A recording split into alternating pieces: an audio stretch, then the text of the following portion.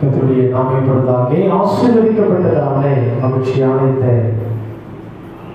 காலையிலே நாம் இந்த விசேஷமாக கிறிஸ்துமஸ் பாடல் ஆராதனைக்குள்ளே நாம் பிரவேசிக்க போகிறோம்.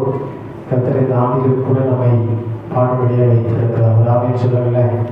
அல்லேலூயா. எத்தனையோ பேருடைய கடந்த ஆண்டிலே நம்முடைய திருச்செல்வப்பட்ட ஆராதனைகள் இல்லாத நிலைகள் காரணம் பெருந்தொற்று நிமித்தமாக இப்படிப்பட்ட நிலைகள்லாம் இருந்ததை குறித்து பார்க்கிறோம். ஆனாலும் தேவன் இந்த நாளிலே நமக்கு ஒரு பெரிய கிருபை தேவன் கொடுத்து இந்த காலவெளியிலே சபையாய் சேர்ந்து துதிக்க ஆராதிக்க அவரை பாட கற்றுக் கொடுத்து கிருபை. அல்லேலூயா. சரி, எத்தனை பேர் பாட ஆயத்தமாக வந்திருக்கீங்க? அவன் எத்தனை பேர் வந்திருக்கீங்க? நிறைய பேர் வருஷங்களோட வாய்த்திருக்க தொண்டை மாறிட போகுது அப்படின்னு சொல்லிட்டு நிறைய பேர் ரொம்ப அமைதியாக இருந்த பார்த்தேன். ஃபஸ்ட்டு பாடல் ஆறுதலை வச்சுட்டு நீங்கள் உங்களுக்கு வர்ஷிப் பண்ணிங்கன்னா நீங்கள் கற்றுறது போல நாங்கள் கற்ற முடியாது. அது நிறைய பேர் அமைதியாக இருந்தவங்கல்ல. சரி, ஆனாலும் இந்த பாடல் ஆராதனை மிக விசேஷமானது. யாரை பாட வந்திருக்கிறோம் அப்படின்னு சொன்னால் கர்த்தரை பாட வந்திருக்கிறோம். அல்லேலூயா. நம் ஆண்டவரை பாட வந்திருக்கிறோம். இந்த உலகத்திலே பாடல் விசேஷமானது. எல்லாத்துக்கும் பாட்டு இருக்கிறது. சங்க பாடல்கள், தமிழர்களுடைய பண்பாடு எல்லாவற்றுக்கும் பாட்டு இருக்கிறத நாம் அறிந்திருக்கிறோம் இல்லை? அதே போல இன்னைக்கு பிறப்புக்கு, இறப்புக்கு, திருமண காரியங்களுக்கு, ஆராதனைக்குரிய காரியங்களுக்கு எல்லாருமே பாட்டு பிரித்து வச்சிருக்கிறோம். கிறிஸ்மஸ் பாட்டு கிறிஸ்மஸ் தான் பாட முடியும். ஈஸ்டர் பாட்டு ஈஸ்டர் தான் பாடுறோம். அதே போல மற்ற சிலுவை பாடு மரணங்களுடைய பாடல்களை அந்த வருஷத்துல தான் பாடுறோம். மற்றதெல்லாம் பாடினா தப்புன்ற மாதிரி நம்ம என்ன செய்யறதில்லை, பாடுறது. ஆனால் சிலுவை பாடல்களை அதுதான் நம்ம நினைக்கணும். அல்லேலூயா. சரி, அப்போ இந்த பாடல் ஆண்டவருக்கு மிக புரியும். ஒருவேளை நீங்க படிக்கிற பிள்ளைங்க கிட்ட போயிட்டு நீங்க எல்லாத்தையும் கற்றுக் கொடுத்துட்டு படிச்சு ஒப்பினா ஒப்பிக்காது. அதே ரெண்டு பாட்டை கேட்டு திரும்ப பாட சொல்ல பார்க்கலாம். சொல்லுங்களேன், டக்குன்னு பாடிடுவோம். அந்த ராகம் இசையெல்லாம் சேர்த்து அது எவ்வளோ கஷ்டமான பாட்டாக இருந்தாலும், எத்தனை தெலுங்கு வார்த்தை வந்தாலும், எத்தனை இந்து வார்த்தையை உள்ள போட்டாலும் அந்த பாட்டை ஈஸியாக பாடிடுவோம். அப்போ பாடல் ஒரு மகிழ்ச்சி, பாடல் பாடுற ஒரு ஆர்வம், பாடல் காலத்துக்கும் மறக்காது. ஒன்றா ஃபஸ்ட் ஸ்டாண்டர்ட் படித்தோம், தேர்ட் ஸ்டாண்டர்ட் படித்தோம், ஃபிஃப்த்து படித்தோம், சிக்ஸ்த்தில் நமக்கு ஒரு காரியம் கற்றுக் கொடுத்துருப்பாங்க. யாரும் சொல்ல முடியுமா? தெரியல. ஆறாவது எனக்கு இதை கற்றுக் கொடுத்தாங்கன்னு சொல்ல முடியுமா? ஆனால் ரெண்டு சிறு கண்கள் தேவனை பார்க்க சாவ வரைக்கும் பாருங்க. ஓடித்த குஞ்சுகளை குட்டி சேர்ப்பது போல அந்த பாட்டு நீங்க மறக்குதா?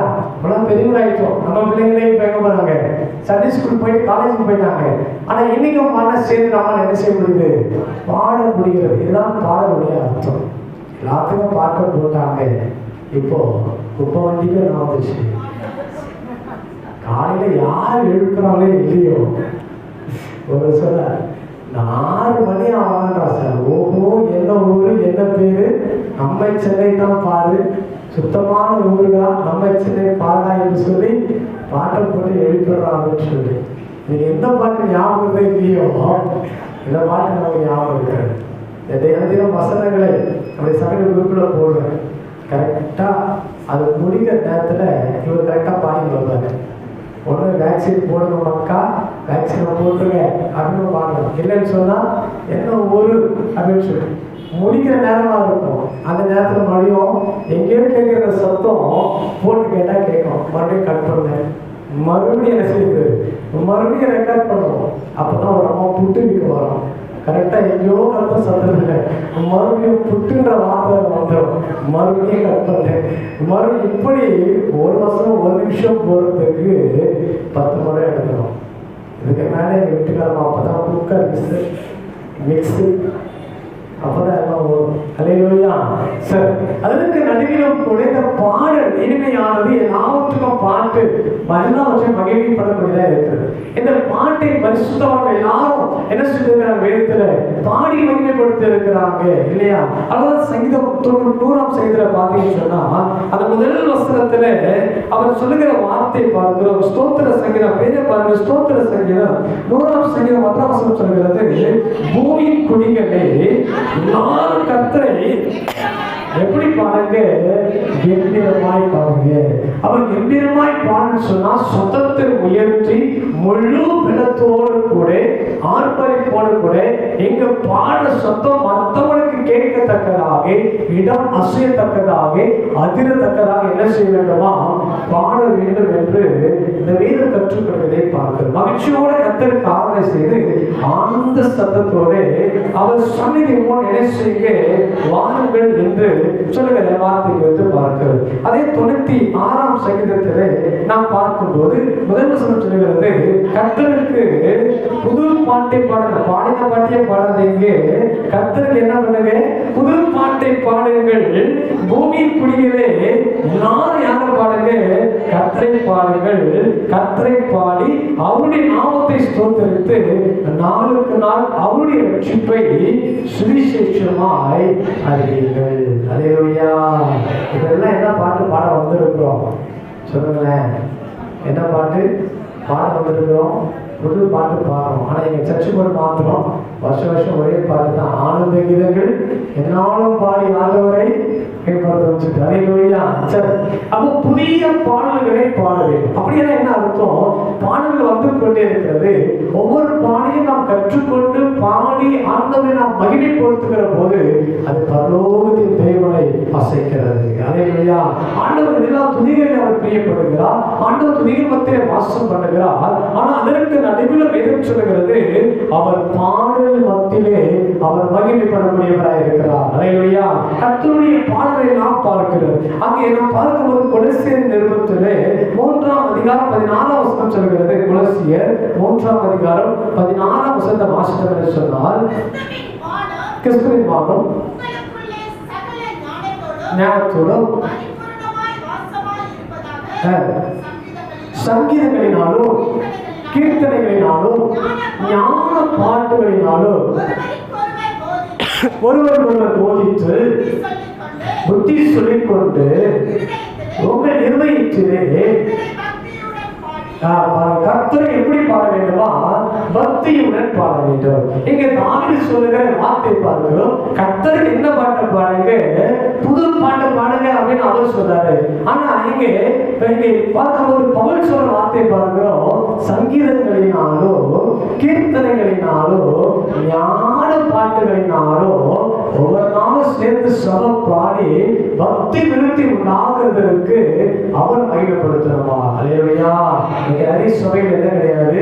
சொல்லுங்களேன், கீர்த்தனை கிடையாது, ஞான பாட்டுகள் கிடையாது, கற்றுக் கொடுப்பதும் இல்லை, நாங்கள் கற்றுக்கொள்வதும் இல்லை என்ற நிலையிலே மாறி போய்விட்டது. ஆனால் அவை எல்லாம் ஒரு மிகுந்ததான வார்த்தை நிறைந்திருக்கிற அர்த்தம் நிறைந்திருக்கிற ஒரு பாட்டு. என்னை மறவா இயேசுனால பாடணும். அது எவ்வளவு அர்த்தமான ஒரு பாட்டு. வல்ல ஜீவ வாக்குத்தங்கள் எனக்கு என்ன செஞ்சிருக்கீங்க? வரைந்திருக்காய் ஸ்தோத்திரம், ஆபத்திலும் அருத்துணையாய் இருக்கிறேன், அதற்காக உமக்கு ஸ்தோத்திரம் என்று சொல்லப்பட்ட வார்த்தை குறித்து பார்க்கிறோம். அன்பான தேவச்சனமே, இன்றைக்கும் கூட நாம் பாடுபடியாக வந்திருக்கிறோம். இந்த பாடல் நமக்கு மிகுந்த ஆசீர்வாதத்தை உண்டாக்கக்கூடியதாக இருக்கிறது.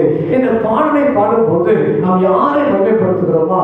கர்த்தரை மாத்திரம் மகிமைப்படுத்துகிறோம். அல்லேலூயா. உலகத்திலே பாடும்போது உலகத்துக்குரிய மகிமைப்படுத்துகிறார்கள். உலகத்துல பாடும்போது அநேகர் மார்க்கு போடுவாங்க. இவர் எப்படி பாடினார், இந்த ஸ்கேல் மாறிச்சு, அந்த ஸ்கேல் மாறிச்சு, இந்த நோட்ஸ் மாறிச்சு, இந்த வார்த்தைகள் வரக்கூடாது அநேகர் சொல்லலாம். ஆனா கர்த்தருக்காக மாறும்போது நம்ம என்ன ஸ்கேல்ல பாடினாலும், என்ன நோட்ஸ்ல பாடினாலும், என்ன ராகத்துல பாடினாலும், என்ன ராகத்தை மாறி சொந்த ராகத்துல பாடினாலும் நம்முடைய பாடல்கள் பரலோகத்துக்கு மகிமை உண்டாக்கும். அல்லேலூயா.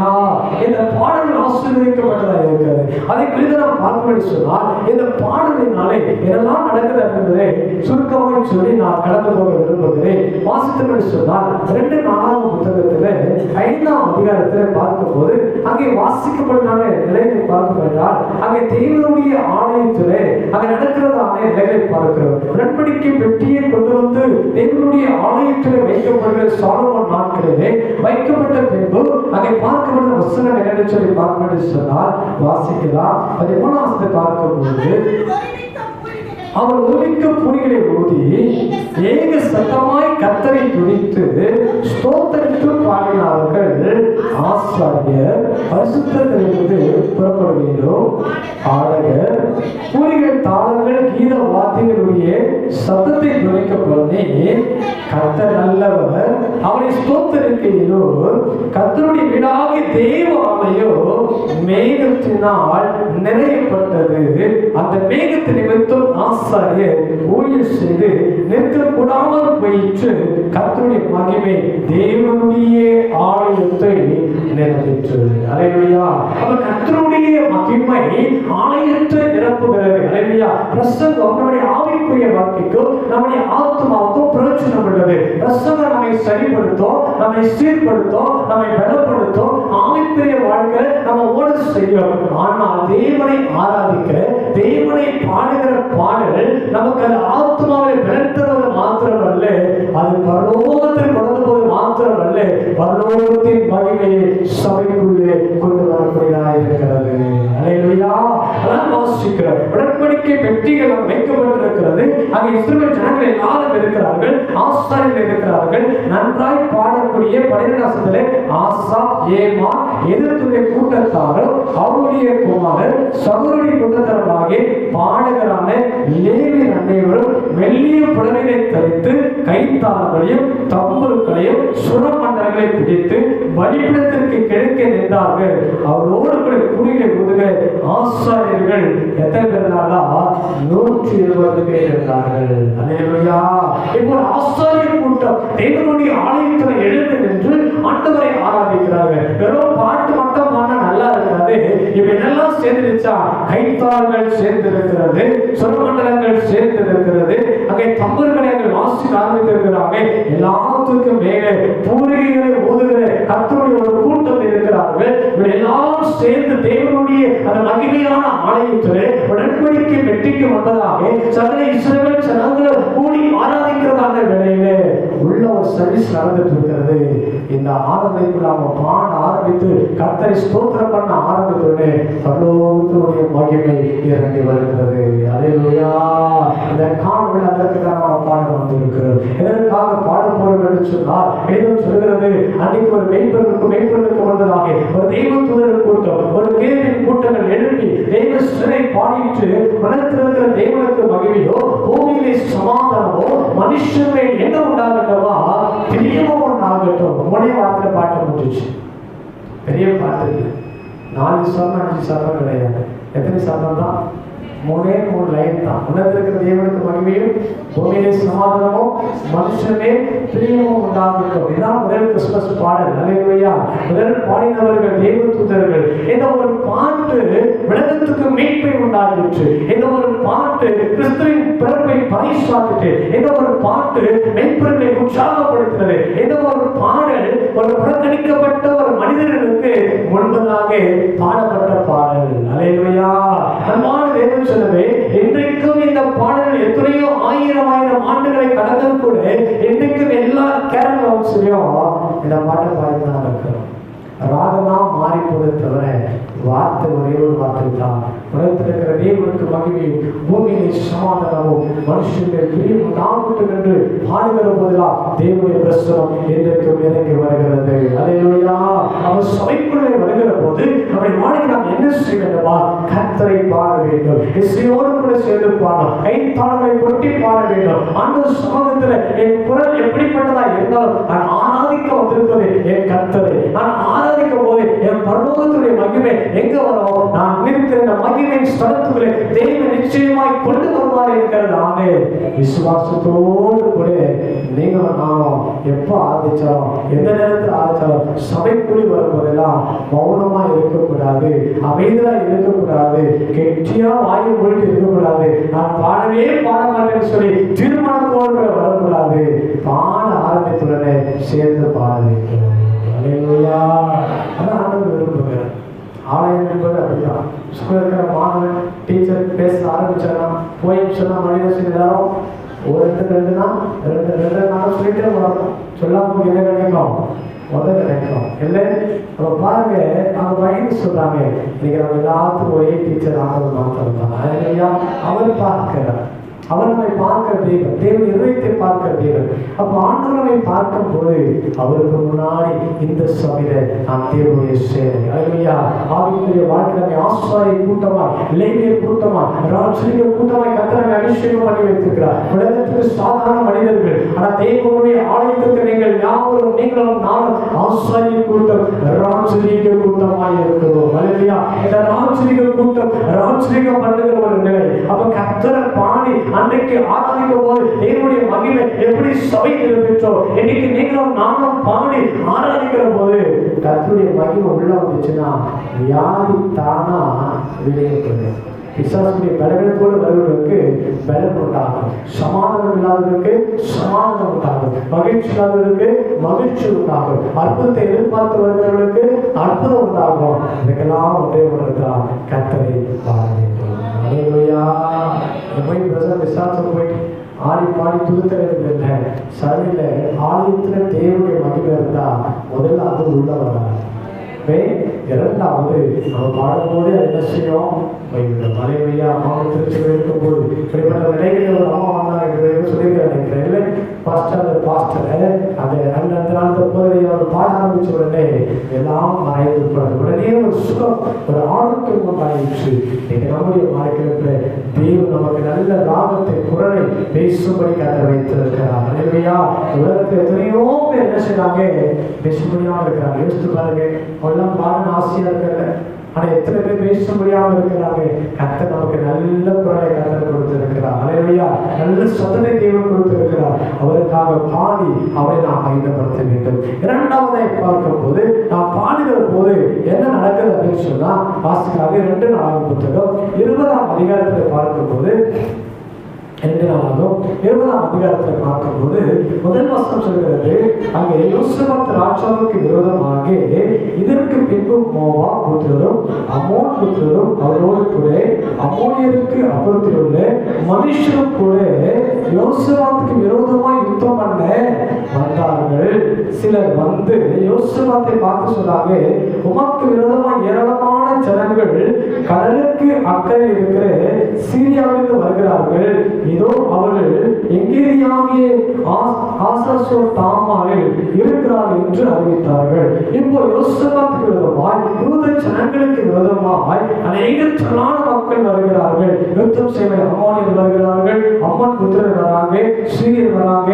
அது மாத்திரமல்ல, அம்மோனியன் புத்திரத்திற்கு அப்பால் இருக்கிறதாலே மனுஷனும் சேர்ந்து யுத்தம் செய்யபடியா வராங்க. இப்ப யோசபாத் என்ன செய்யறாரு? இந்த வேத பகுதி எல்லாம் பாத்தீங்கன்னா அவர் சும்மா அந்த 3ஆம் வருஷத்துல அப்பொழுது யோசபாத் பயந்து கர்த்தரை தேடுவதற்கு ஒருமுகப்பட்டு யூதாவிற்கு உபவாசத்தை கூறினார். பார்க்கிற நாள்ல அப்படி யோசபாத் ஜனங்கள் கர்த்தரில் சகாயத்திட கூடினார்கள். யூதேயாவுடைய எல்லா பட்டணங்களிலும் இருந்து அவர்கள் என்ன பண்ணாங்க? கர்த்தரை தேட ஆரம்பிச்சாங்க. யுத்தம் பெருசா இருக்கிறது. யுத்தத்தின் மத்தியிலே யோசபாத் கடந்து போக வேண்டும். 12ஆம் வசனம் சொல்கிறாரு, எங்கள் தேவனே அவர்களை நியாயத்திற்க மாட்டீரோ? எங்களுக்கு விரோதமாக வந்த இந்த ஏராளமான கூட்டத்திற்கு முன்பாக நிற்க எங்களுக்கு என்ன இல்லை வெள்ளநிலை என்று ஆண்டவர்கள் அறிக்கை செய்கிறார். இதெல்லாம் நடந்து கொண்டிருக்கிறதான வேளையில் இப்ப யோசபாத்துக்கு ஒரு காரியம் இருக்கிறது. என்ன அப்படின்னு சொன்னா, யுத்த களத்துல யுத்த வீரர்களுக்கு வந்ததாக யாரை நிற்க வைக்கிறாரா? 19ஆம் வசனம் வாசிங்க. கோகாத்தின் புத்திரர்களும் ஓரானின் புத்திரர்களும் இருந்து லேவியில் எழுந்து இஸ்ரவேல் தேவனாகிய கர்த்தரை மகா சத்தத்தோடு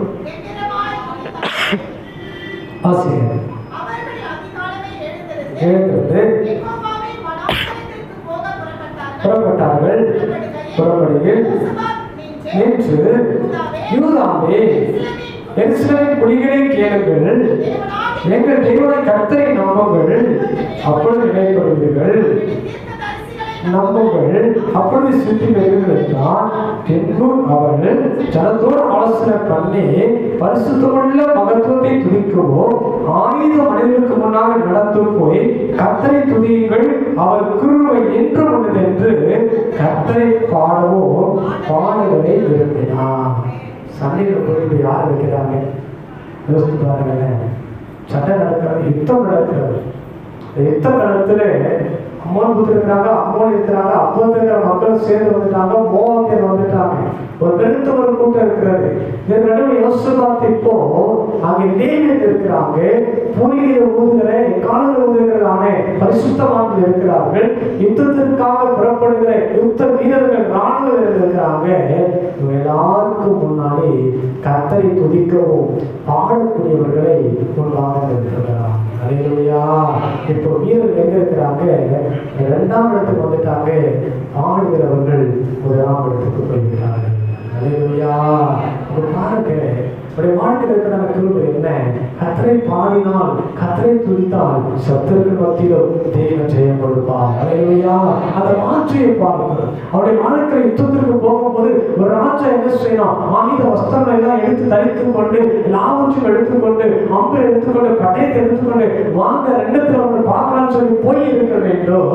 ஆனா ராஜா ஆவிக்குரியவனா இருக்கிறபடினாலே, தேவனை திருடக்கூடியவனா இருக்கிறபடினாலே, கர்த்தருடைய சமூகத்திலே வாசிக்கிற ஒரு மனுஷனா இருக்கிறபடினாலே இந்த ராஜா என்ன செய்கிறாரா?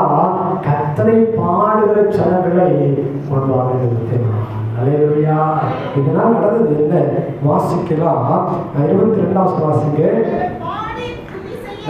அவர்கள் பாடி துதி செய்ய தொடங்கின போது யூதாவுக்கு விரோதமாய் வந்து பதிவிருந்த அம்மோன் புத்திரரையோ மோவாபியரையோ சேர் மலை தேசத்தாரையோ ஒருவருக்கு விரோதமாய் ஒருவரை கர்த்தர் எழுப்ப பண்ணியதினால் அவர்கள் வேற்றுக்கு விழுந்தார்கள். இப்பதான் நடக்கல. இஸ்ரவேலில் இருக்கிற யூதாவில் இருக்கிற எந்த ராணுவ வீரனும் பட்டயத்தை எடுத்து போய் யாரையும் வெட்டவில்லை. அல்லேலூயா. 2 டீமுக்கு சண்டை நடக்கல. இவன் இருக்கிறார்கள்.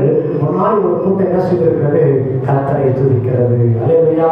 கர்த்தரை துதித்த போது பூமிக்கு யுத்தம் அல்ல, இது யாருடைய யுத்தமாய் மாறுகிறது?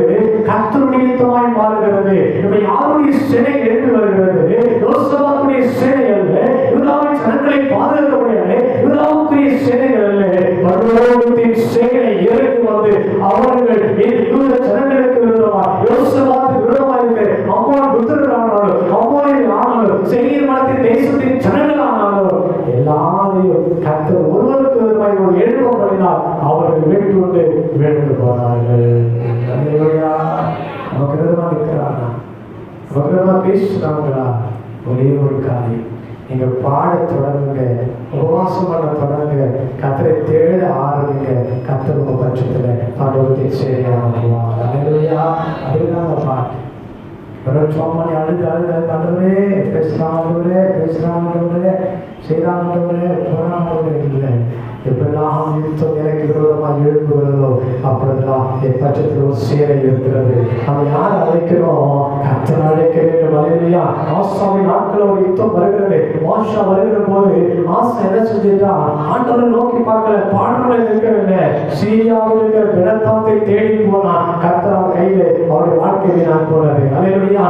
இன்றைக்கு வேதம் சொல்கிற வார்த்தை அதுதான். நம்முடைய வாழ்க்கை யுத்தம் நடக்கும் போது நான் நம்முடைய பட்சத்தில் இருக்கிறார். கர்த்தரும் அவர் சேனையும் நம்முடைய பட்சத்தில் இருக்கிறார்கள். நம்ப தேவன் சொல்றேன், உன் மேகஸ்தலத்தை, உன் குடும்பத்தின் காரியத்தில், நீ வாழ்கிற பகுதியில், உன் இனச்சன மத்தியில் உனக்கு விரோதமாய் பேசலாம், எழுப்பலாம், அநேக காரியங்களை செய்யலாம். என்னை காற்றிலும் பலம் பெருத்தவர்களாய் அவர் நிற்கிறார் என்று சொல்லலாம். அனைவரும் செய்யுங்க. ஒரு நாள் பாஸ்டர் போடுங்க, நல்லா பாடுங்க. அல்லேலூயா. நல்லா பாடுங்க. அவளை நினைக்காதீங்க, நீ யாரை மாத்திரம் நினைக்கணும். அது மாதிரி நான் பாடினா செத்துனா நினைக்கக்கூடாது, நான் பாடினா விழுதுன்னு நினைக்கக்கூடாது. ஒரு வேலை கர்த்தரை மாத்திரம் நோக்கி பார்க்கணும். அல்லேலூயா. அதவே பிரசவம் நோக்கிட்டு பிள்ளை பெறவோ பெறவில்லை என்று சொல்லுகிறான். அப்படிப்பட்ட நிலையில் இருக்கும்போதுதான் கர்த்தர் நம்முடைய பாட்டை அங்கீகரிக்கிறார். இவர்கள் யுத்த காலத்தில் பாடுறாங்க. யுத்த காலத்தில் பாடின உடனே இந்த பாட்டை அந்த அம்மோனியரும் கேட்டிருப்பாங்க, மோவாபியரும் கேட்டிருப்பாங்க, கேட்டு ரசித்து கொண்டு இருக்கலாம். ஆனா கேட்கிற வேலையிலே கர்த்தருடைய சேனை அற்புதத்தை கொடுத்தது. அல்லேலூயா. நல்ல சர்ச்சில் பாடினா, ஆலயத்தில் பாடினா மகிழம் வந்தது. யுத்த காலத்தில் பாடினா யுத்தத்தில் செய்ய வந்தது. அல்லேலூயா. 27 சொல்கிறது, பின்பு கர்த்தர் அவர்களை அவர் சொத்துக்களின் பேரில் கணிப்பீடு செய்தபடியால் யூத மனுஷர் யாவரும் எருசலேமுக்கு ஜனங்களும் அவளுக்கு முன்னாலே யோசபாத்தும் எப்படி வந்தாங்களா? மகிழ்ச்சியோடு எருசலேமுக்கு சொன்னாங்க. துக்கமுகமாய் போனாங்க. எவ்வளவு கண்ணீரோடு போயிருப்பான், எவ்வளவு பயத்தோடு போனான். ஆனா வரும்போது எப்படி வருகிறா? ஆனந்த கழிப்புள்ள உதவிகளால் கர்த்தரை துதித்துக் கொண்டு வருகிற மகிமை தேவன் கொடுத்தார். அல்லேலூயா. மூன்றாவது ஒரு காரியத்தை வாசித்துதான் கடந்து போகலாம். என்னோட திருப்பி கொள்ளுங்கள்.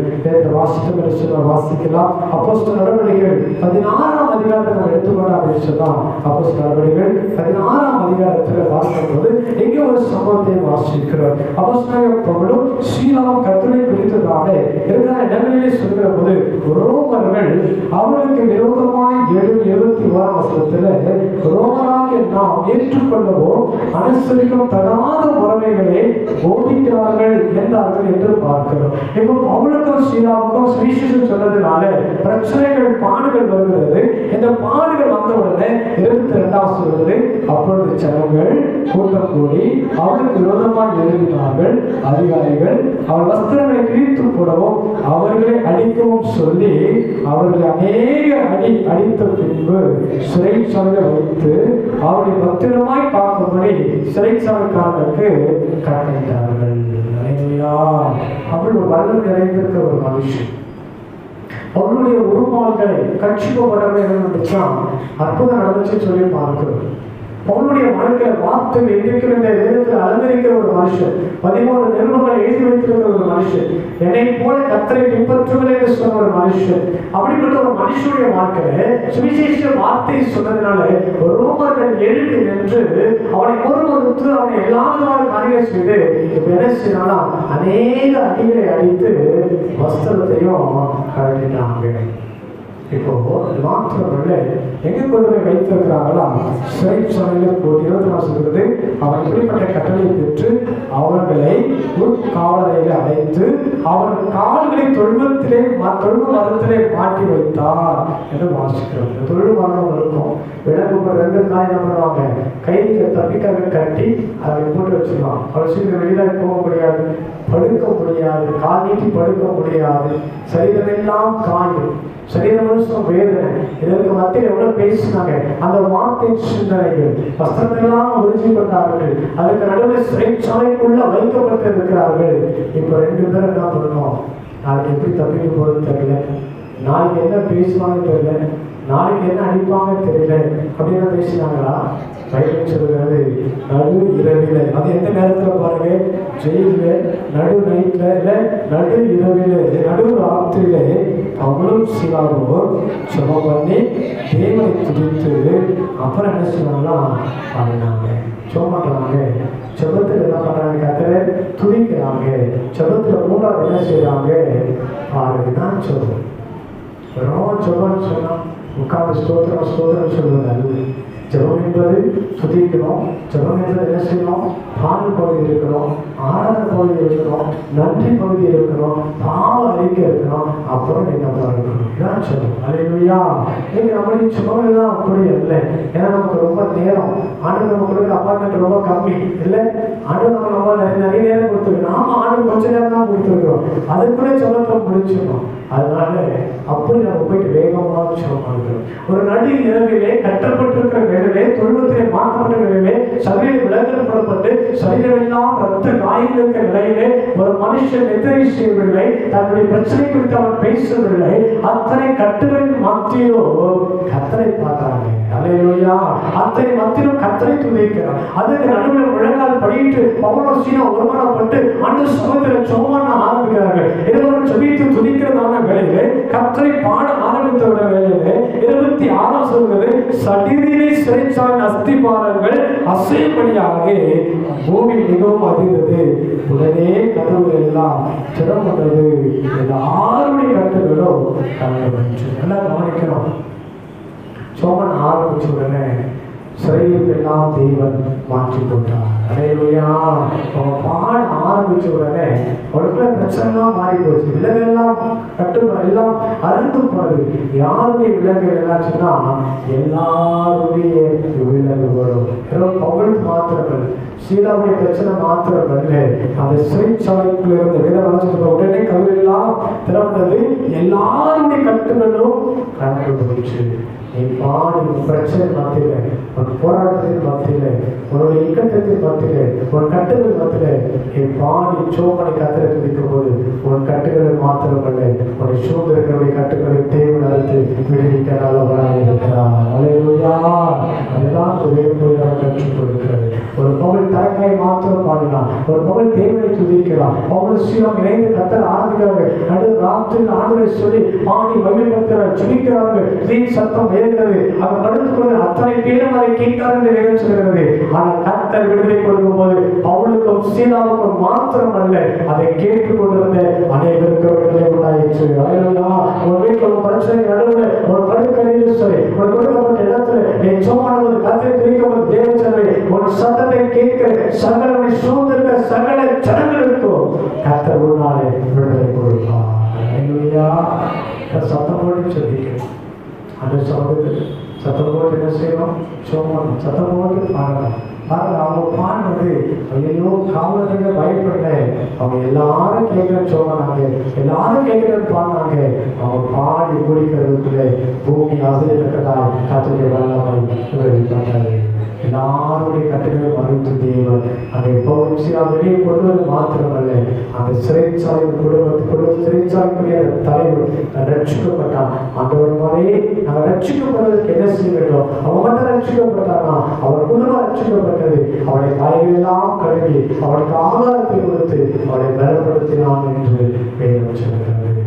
இன்றைக்கு இந்த காலையில் கட்டுகள் மத்தியில் வாழ்ந்து கொண்டிருக்கிறோம், போராட்டத்தின் மத்தியில் வாழ்ந்து கொண்டிருக்கிறோம், பிரச்சனை மத்தியில் வாழ்ந்து கொண்டிருக்கிறோமோ, இதற்கு ஒரே திருவிழா நாம் இருக்கிற இடத்துல ஆணைத்து வைக்கும் போது தேவன் எல்லா கட்டுகளையும் அதற்கு அவர் போதுமானவர். அல்லேலூயா.